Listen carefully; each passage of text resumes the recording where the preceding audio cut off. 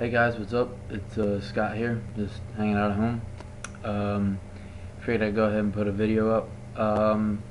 This video is for a review that I'm doing, my personal review that I'm doing for the new AILD album, which is entitled The Powerless Rise.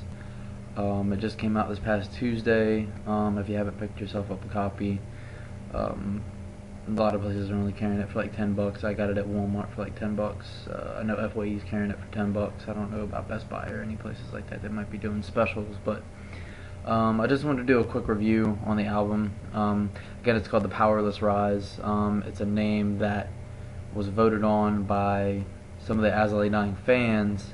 That I guess a list was comprised of, names for the album, and I guess The Powerless Rise obviously was the name that stuck out the most to the guys, so they picked The Powerless Rise as the title of the album.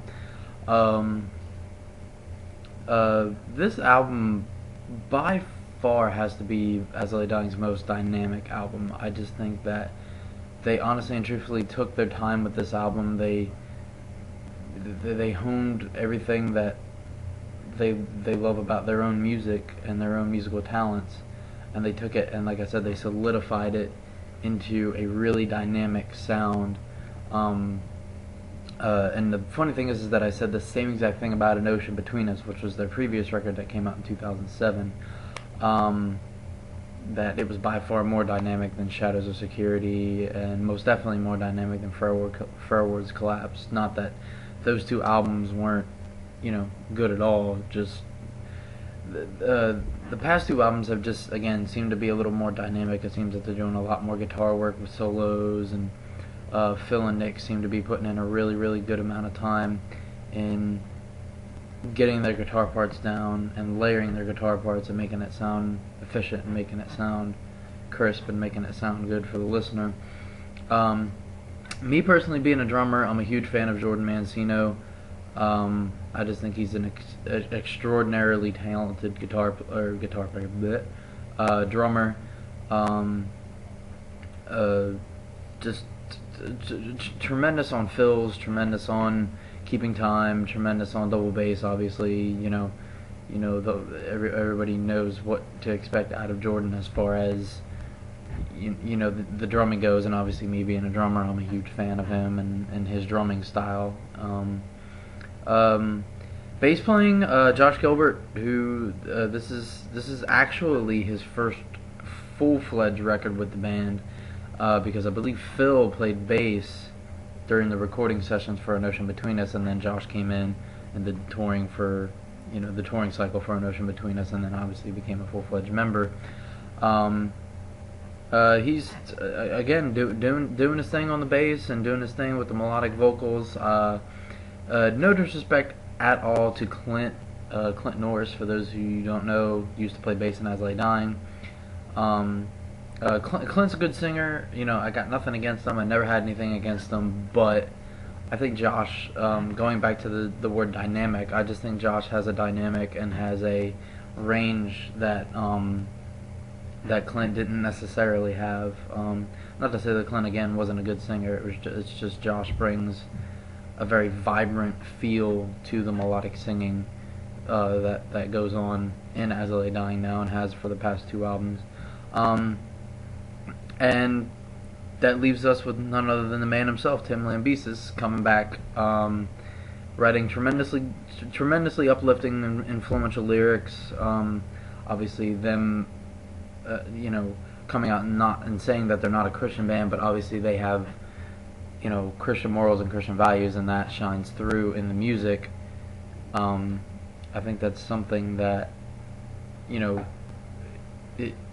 it's kind of awesome in a sense, but at the same way, it's kind of, for me, it's kind of, I wish that they would go a little more along the lines of actually being adamant about their faith and what they believe in. And it's not to say that these lyrics don't in any way, shape, or form reflect them as Christians. It's just that I think they can take it a level further. I think that they're just one step away from writing that album, and Tim from writing those lyrics that are really going to touch people's hearts, and they're going to change people, and they're going to save people.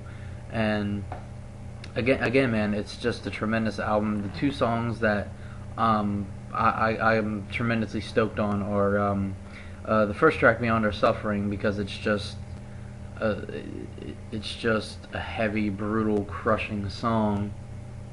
But it, again, going back to the lyrical content, it has substance in the content. And what I get from it, I don't know if what anybody else believes, but what I get from it is that, you know, beyond the suffering that we go through as people, we kind of lose sight or don't realize how good we really do have it. So many people in this world look at the things that they're going through. Obviously, with the recession that we're in right now, you know, not a whole lot of people have jobs, and they're kind of having this "oh, woe is me" mentality. No, everybody should feel sorry for me because I don't have a job, blah blah blah. When really people don't realize how good they do have it. You know, I mean, I'm so gracious to God every day for Him allowing me to have a job, to have a roof over my head, obviously, as you can see at the apartment, to have a vehicle, to have tremendous friends that help me through my really difficult times, to just help me to realize that even though I personally feel like I'm suffering, that there's something beyond my suffering and beyond our suffering that is 10 times more greater than anything that we could ever experience. And I think that that's kind of what Tim was trying to get at with that song. The other song that I really like is the song Parallels, especially the lyric where Josh sings, I believe the line goes, there's a better way as long as we let go, or there's a better way if we just let go.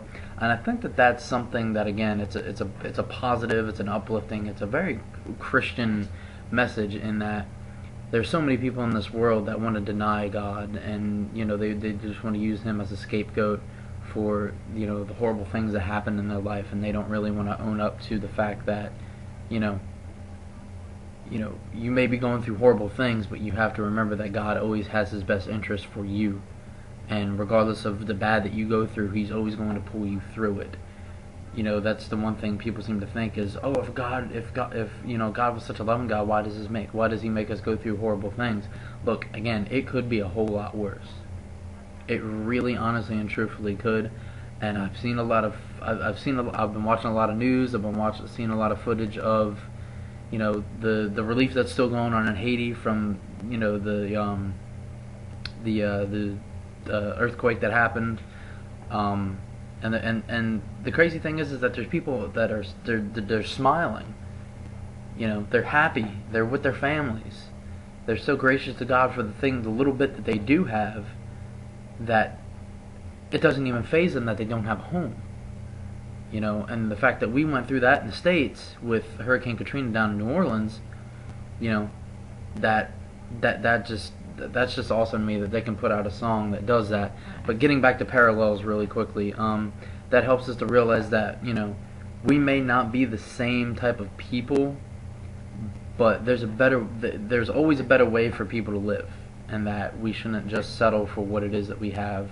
We should be thankful and gracious to God for what we do have, but also realizing that no matter what, we can always better ourselves, and that, you know, again, we're not the same, but we go through a lot of the same things, and we go through a lot of the same issues. So, I mean, those are the two songs as of right now that I'm pretty stoked on. But all in all, it's a great album. Again, it's called The Powerless Rise. As Lay Dying is actually going out on tour with Under Oath, Between the Buried and Me, and War of Ages. That, I guess it's called the Cool Tour. I don't know why they would call it that, but I mean, it is a pretty cool tour, don't get me wrong, but again, I don't know why they would call it that, but neither here nor there.